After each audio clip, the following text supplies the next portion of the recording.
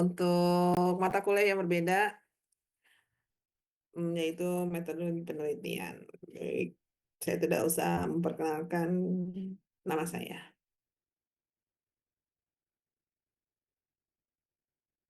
Ini kita ada berapa, ini sih ya, ada berapa jumlah. Jumlah teman-teman ada berapa sih satu kelompok, satu kelas tuh saya lihat tuh Kelas ada 15, Bu. ada 15 ya. Iya, dikit Iya. banget. Gitu ya. Dikit ya. Oke, kalau begitu 15. Ini kita lihat aja dulu deh ya. Ini materi metodologi penelitian akuntansi ini adalah menjadi dasar dalam melakukan penulisan ilmiah bagi kita, yaitu bagi teman-teman nanti ada satu satu fase di mana teman-teman harus membuat skripsi jika belum ada perubahan peraturan, ya. Nah, jadi saya harapkan teman-teman em, paham ya mengenai metode ini untuk kedepannya nanti semester berikutnya ada seminar penelitian akuntansi, kemudian dilanjutkan dengan skripsi. Jadi kalau di metodologi penelitian ini masih sifatnya masih teori, ya masih teori dan prakteknya nanti di seminar penelitian akuntansi, di mana di seminar penelitian akuntansi itu teman-teman diminta untuk membuat mini riset, ya mini riset sehingga menghasilkan artikel ilmiah. Kemudian dilanjutkan yaitu dengan penulisan skripsi. Ya, jadi sekali lagi di sini kita masih masih dalam tahap teori teoritis di sini ya. Jadi secara konsep seperti ini, secara konsep seperti ini. Belum ada eh, prakteknya. Ini teman-teman baik saya pikir jumlah jumlah apa? Jumlah mahasiswanya banyak ya. Saya pikir bisa 12 kelompok, tapi ternyata belum ya, belum bisa 12 kelompok. Nanti kita lihat aja. Jadi sekitar kurang dari 20. Nah, ini materi pembelajaran. Yang pertama adalah kita biasanya dibuka dengan pengertian penelitian ilmiah, kemudian klasifikasi paradigma penelitian dan jenis penelitian. Kemudian yang kedua adalah pokok masalah penelitian dan penulisan judul penelitian. Nah, di sini jadi kita harus mencari masalah. Ya, jadi ketika kita mau melakukan penelitian, kalau nggak ada masalah itu kita nggak bisa meneliti. Jadi kita korek-korek, kita cari-cari sampai ada masalah. Sehingga kita akan menemukan pokok masalah untuk diteliti atau pokok masalah penelitian. Dan dari masalah penelitian itu bisa menjadi ya menjadi ide kita untuk untuk menentukan judul penelitian.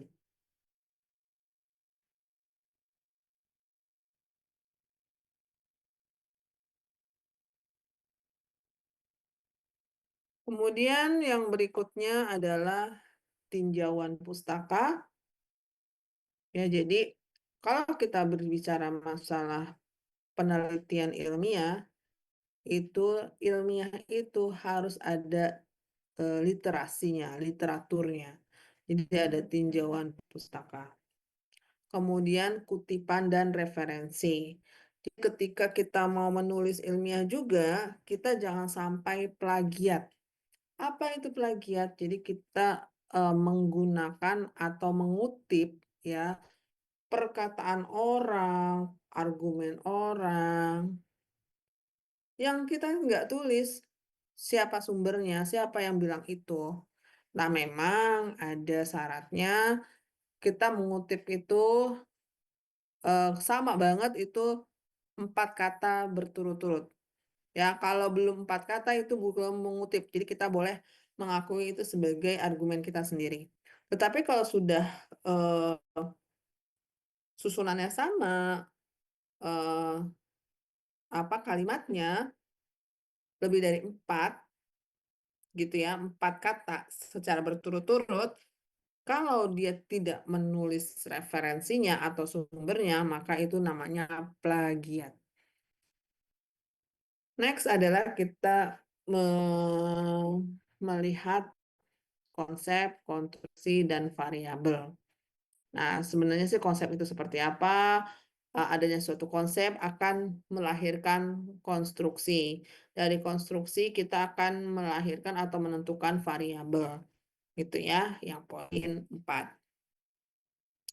Kemudian kerangka pemikiran. Ya, kerangka pemikiran itu akan berbeda dengan kerangka konseptual. Jadi kita harus tahu perbedaannya apa. Apa sih kerangka pemikiran? eh Apa sih yang namanya kerangka konseptual? Nah, ini akan kita pelajari. Nah, ini kalau namanya kerangka itu ada jadi ada gambar gitu loh, ya. Ada gambar. Next adalah hipotesis. Ya. Hipotesis penelitian. Hipotesis penelitian itu apa sih yang dimaksud dengan hipotesis gitu ya? Bagaimana sih caranya kita membangun suatu hipotesis dan bagaimana sih sebaiknya kita em, membuat kalimat di dalam suatu hipotesis? Nah, itu poin 7 model penelitian. Penelitian itu banyak modelnya, ya. Nanti kita akan pelajari. Walaupun sebagian besar di UMT itu agak seragam ya modelnya. Ya, mungkin salah satunya adalah yang penting cepat selesai. Gitu ya. Ingat lagi teman-teman, skripsi yang bagus itu adalah skripsi yang selesai. Ya, gitu. Next adalah teknik pengambilan sampel. Sampel, mungkin teman-teman sudah ada yang pernah tahu apa itu namanya sampel, ataukah mungkin baru-baru sekarang ini, ya.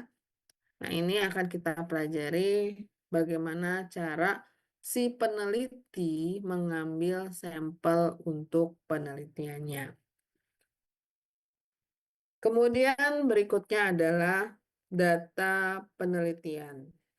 Data penelitian ini akan kita dapatkan tergantung dari sampel yang sudah kita tentuin, gitu ya. Jadi eh, harus hati-hati ya sampelnya, karena bisa saja sampel yang salah akan mengakibatkan kesimpulan yang salah. Kemudian skala pengukuran. Ya, skala pengukuran itu ada beberapa macam. Nah, akan kita pelajari. Next adalah analisis data. Analisis data di sini jadi ketika kita mau membuat suatu penelitian kan biasanya ada jenis penelitian yang menggunakan alat statistik dan ada yang tidak menggunakan alat statistik. Tetapi sebagian besar 99% di UMT itu adalah yang menggunakan alat statistik. Ya, jadi ketika datanya sudah diolah ya dengan alat statistik yang ada, jadi kita bisa menginterpretasikan hasil dari olah data tersebut. Itu adalah namanya analisis data. Next adalah kesimpulan dan keterbatasan dan rekomendasi. Ya, jadi ketika kita sudah analisis data, jadi kesimpulan kita tuh apa, gitu ya. Nah, kesimpulan ini sebenarnya jawaban. Jawaban dari mana? Kita akan bahas nanti. Keterbatasan. Nah, keterbatasan di sini artinya kan setiap penelitian itu sebagus apapun pasti ada kekurangan. Dan kekurangannya itu akan dapat ditentukan ya ketika memang kita yang ketika kita sudah olah data. Jadi kita ketidaksengajaan kita ya, kita sudah melakukan terbaik, tapi hasilnya adalah mungkin di luar prediksi kita. Nah, karena tidak sesuai dengan prediksi tidak bagus, maka itu namanya adalah keterbatasan. Dari keterbatasan, ya, itu kita menentukan rekomendasi yang ada, ya. Jadi, si peneliti memberikan rekomendasi apa untuk mengatasi keterbatasan yang ada, gitu ya. Selanjutnya adalah laporan penelitian. Penelitian itu dibuat laporan dan jenis laporan seperti apa sih yang untuk membahas mengenai penelitian? Nah, itu akan kita bahas. Poin 14 adalah kuis. Ya. Nah, di sini tugas kelompok. Jadi kalau udah cuma 15 orang, jadi mau nggak mau sendirian. Gitu ya. Jadi sendirian teman-teman. Ini kita jadi tugas individu nih ya.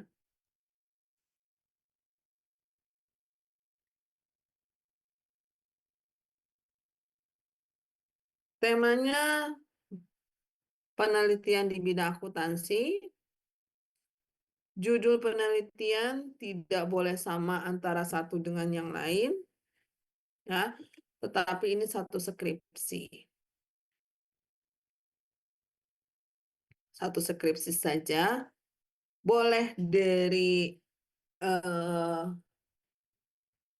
lingkungan kampus, di lingkungan UMT, ataukah teman-teman dari lingkungan di luar UMT.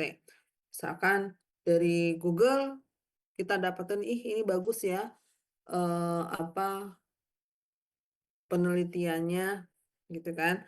Saya mau review aja yang dari apa, yang dari internet silahkan. Ataukah aku mau pakai skripsi yang ada di kampus aja deh, nanti aku coba kritika review, gitu. Nah, apa apa sih yang dimaksud dengan kritika review? Jadi kita di sini buka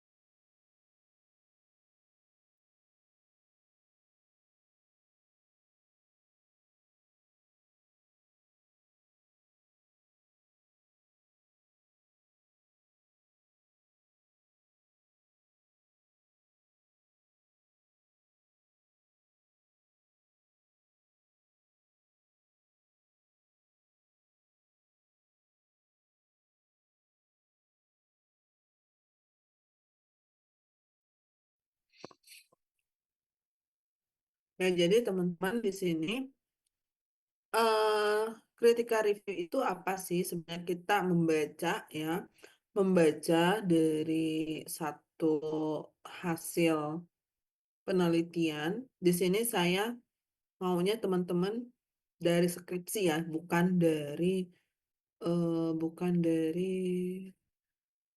artikel ya. Jadi teman-teman tadi ambil satu skripsi, kemudian dikritik dikritika review. Tapi secara misalkan sepengetahuan teman-teman, di mana setiap kritika review itu teman-teman menjelaskan bagaimana keunggulan, bagaimana kekurangan, kalau ada kekurangan, bagaimana masukannya. Nah, Bu, kita kan pasti membandingkan skripsi satu itu dengan yang seharusnya. Ya, yang mana nih seharusnya? Nah, ini yang akan kita pelajarin, gitu ya. Gitu misalkan, eh oh di latar belakang masalah nanti ya, di latar belakang masalah ini seharusnya isinya seperti ini gitu. Nah, ini teman-teman harus bisa. Oh ya, oke ini saya tambahkan lagi ya.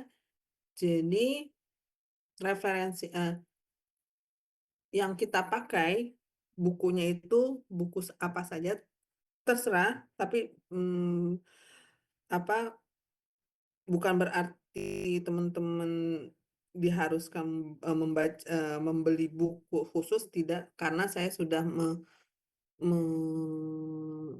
meresum ya, meresum beberapa sumber. Jadi itu teman-teman harus punya ini pedoman penulisan skripsi. Ya, di sini yang harus teman-teman punya. Jadi, ketika mau kritika review, alangkah baiknya dikombinasikan dengan eh, materi yang kita bahas dan juga dengan pedoman penulisan skripsi. Misalkan, Bu, saya mau apa untuk kritika reviewnya sesuai dengan pedoman. Misalkan yang pertama adalah ini satu mengenai judul, gitu ya. Judul penelitian. Saya bilangnya sih bukan judul skripsi ya, tapi judul penelitian. Nah, judul penelitian seharusnya itu seperti apa sih? Misalkan kalau sebenarnya judul penelitian yang di dalam eh, tugas akhir yaitu skripsi itu biasanya seharusnya eh, menggambarkan semua variabel yang diteliti gitu ya. Gitu ya. Tapi ternyata setelah lihat judul penelitiannya nggak ada seperti itu. Nah, itu kamu teman-teman meng- teman-teman ininya ya mereview kemudian bilang kekurangannya apa dan masukannya seperti apa.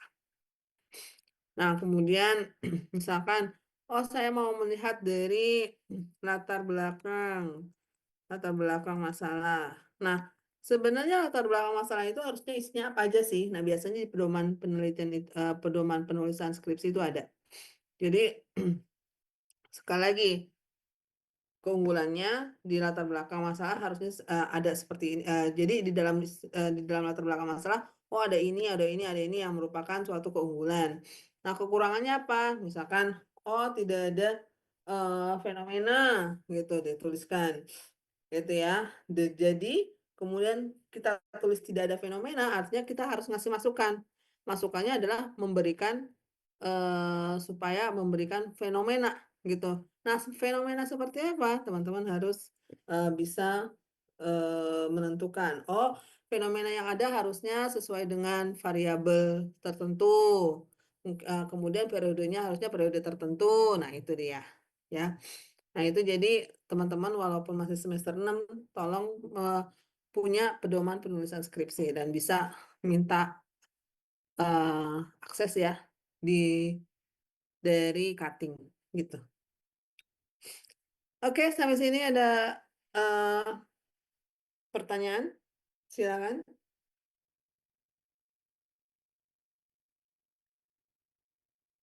Ayo, nggak ada? Untuk Ya. pengumpulan tugasnya kapan ya, Bu? Oh, untuk pengumpulan tugas. Oh ya, jadi tugas ini ya ketika selesai ini semua, jadi saya akan memberikan materi, beberapa materi ya dari satu dua. Oh ternyata pertemuan pertama saya sudah selesai. Jadi misalnya pertemuan pertama saya bisa menyelesaikan materi satu dan materi dua, gitu ya. Nah ini saya selesaikan dulu nih sampai di sampai dengan laporan penelitian. Nah setelah laporan penelitian, teman-teman harus siap dengan kritika review satu skripsi itu dan nanti dipresentasikan ya eh, sendiri-sendiri itu.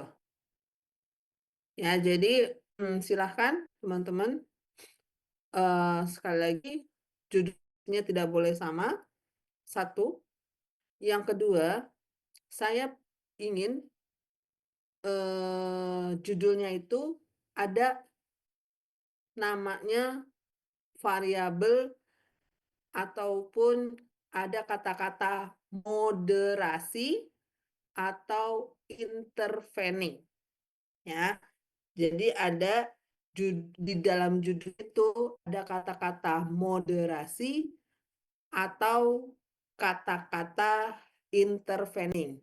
Boleh dua-duanya, boleh salah satunya, tapi tidak boleh tidak ada. Gitu. Jadi dikumpulkan nanti ketika UAS, tetapi sebelum UAS, jadi eh, teman-teman sudah mempresentasikan terlebih dahulu. Begitu. Kira-kira bisa dipahami? Bisa? Atau masih bingung? Silahkan. Mau tanya? Bu, mau tanya, berarti kalau bentuk pengumpulannya nanti kita buatnya Word sama PPT gitu ya? Ya, betul. Gitu. Word dan PPT, tapi tidak di print out ya. Soft copy. Begitu. Gimana, Hijrah? Sudah? Jelas? Oke, ada lagi?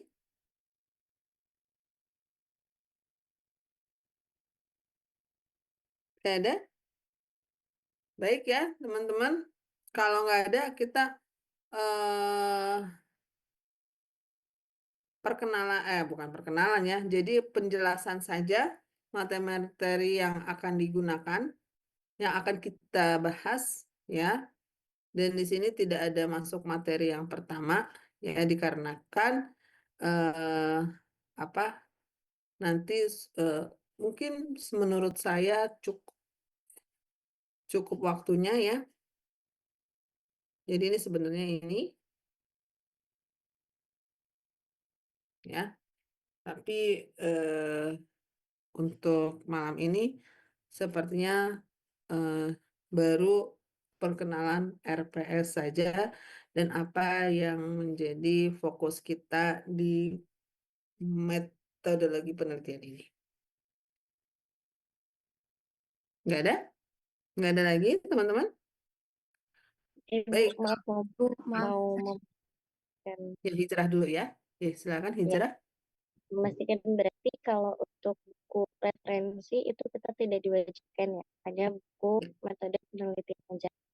Heeh, terserah. Jadi gini, ketika kita, kalau saya pribadi, ketika saya mau beli buku, saya mau lihat dulu nih apa isinya di daftar isi ataukah belakangnya itu bisa.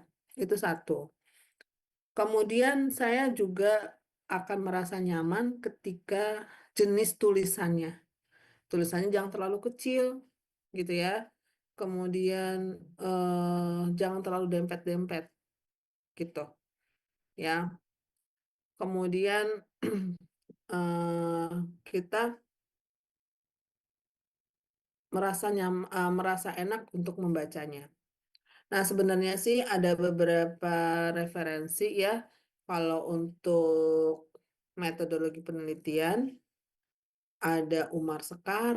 Jadi saya nggak bisa satu buku. Kenapa? Karena ada dari Umar Sekaran, ada dari Sugiono, gitulah, ada dari Ghazali. Nah, jadi banyak gitu. Jadi eh, banyakkan pula adalah dari saya ambil dari ketika saya kuliah, ya, ketika saya kuliah S3, jadi saya masukin tuh di dalam modul-modulnya. Kemudian juga eh, apa? Jadi dari buku satu, buku dua, buku tiga, oh ini yang saya akan kasihkan ke teman-teman materinya, seperti itu. Jadi saya tidak bisa satu buku untuk teman-teman gitu, untuk metodologi penelitian ya.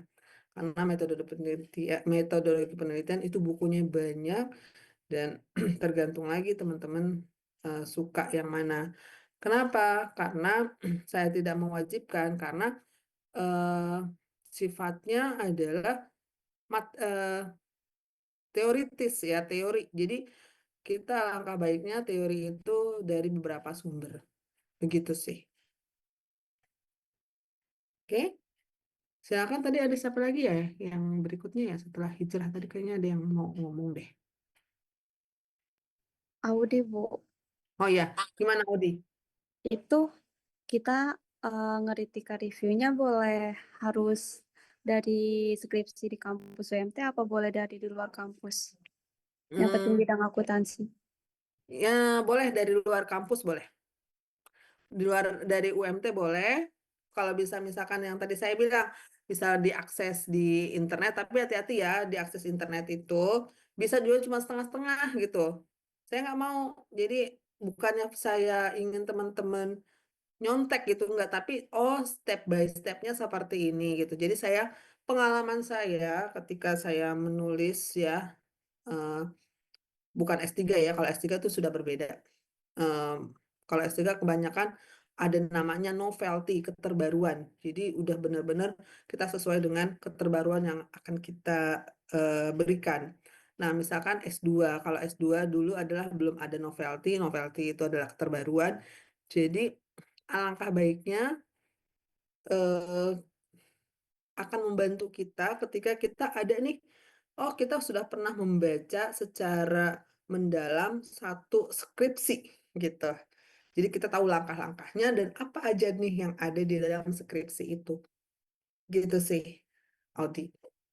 Ya, jadi boleh dari kampus ataukah dari internet ataukah dari cutting apa dari cutting kampus lain gitu. Boleh, tapi yang ada beberapa syarat ya. Tadi syaratnya adalah di bidang akuntansi.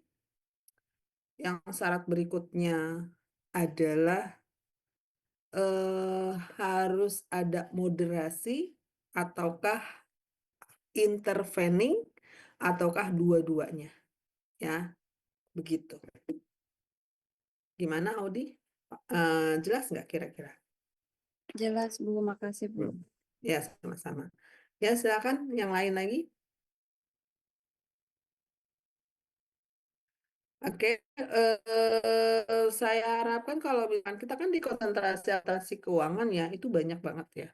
Jadi akuntansi keuangan itu tuh banyak banget yang biasanya eh, apa masih masih agak-agak sama sih ya topiknya, keberlanjutan, kemudian masih green accounting, seperti terus IC itu intelektual kapital, ataukah eh, banyak kalau masalah akuntansi keuangan. Yang agak ribet adalah perpajakan, itu lagi, gitu ya. Tapi saya harapkan ketika kita ada di konsentrasi akuntansi keuangan, ini bisa teman-teman mencari. Oh iya, saya lupa. Skripsinya ya paling tua itu adalah tahun 2021 ya. Jangan sebelum tahun 2021. Paling tua adalah 2021. Oke, ada yang mau nanya lagi? Silahkan. Ibu Nggak aku ada? boleh nanya nggak, Bu? Boleh. Ya gimana, Wit? Itu jadi satu skripsi itu untuk kita critical ini ya, Bu, critical review ya? Ya, Apa betul. satu skripsi untuk semuanya? Ah, maksudnya semuanya? Semua? Ah, satu kelas gitu. Oh, Apa enggak. Enggak. Satu skripsi, satu skripsi, satu kampus. Satu skripsi, satu mahasiswa. Jadi ketika oke. kita ada 16, kita ada 15 orang nih, ada 15 skripsi. Jadi tidak boleh sama satu sama lain.